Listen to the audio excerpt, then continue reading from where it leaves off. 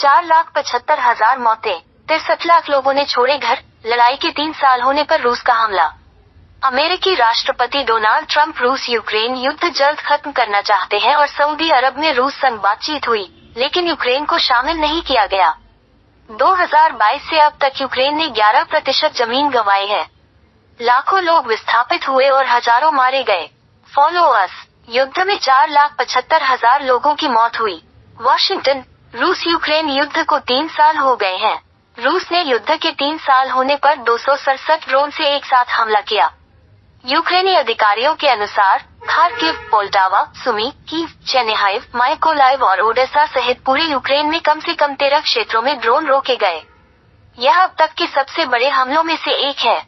ये हमला ऐसे समय में हुआ है जब अमेरिका के राष्ट्रपति डोनाल्ड ट्रंप रूस यूक्रेन युद्ध को जल्द से जल्द खत्म करने के लिए दबाव बना रहे हैं। 24 फरवरी इस युद्ध को 3 साल पूरे हो गए हैं। 3 साल होने के बाद भी यह युद्ध नहीं रुक पाया है। युद्ध रोकने के लिए सऊदी अरब में अमेरिका ने रूस के साथ मीटिंग की, लेकिन पूरी दुनिया के लिए हैरानी की बात रही कि इसमें यूक्रेन को शामिल नहीं किया गया। युद्ध के 3 साल होने के बाद सवाल किया जा रहा है कि आखिर यह जंग कब खत्म होगी। रूस की ओर से 2022 में पूर्ण पैमाने पर हमला किया गया था। यूक्रेन के कई इलाकों को रूस ने कब्जाया है। पश्चिमी सहयोगियों की ओर से सैन्य मदद के जरिए यूक्रेन लड़ रहा है। लाखों यूक्रेनी लोग विस्थापित हुए, जबकि हजारों मारे गए या घायल हुए।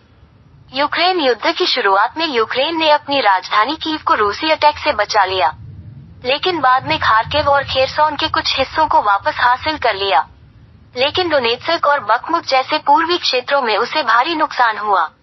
CNN की रिपोर्ट के मुताबिक institute for the study of war के डेटा विश्लेषण से पता चलता है कि 2022 के आक्रमण के बाद से यूक्रेन ने लगभग 11% जमीन गंवा दी। 2014 से अब तक यूक्रेन के 18% इलाके पर रूस कब्जा कर चुका है। साल 2014 में रूस ने क्रीमिया पर कब्जा किया था। अमेरिका ने यूक्रेन को दिया बड़ा झटका। अमेरिका यूक्रेन का सबसे बड़ा सहयोगी रहा है।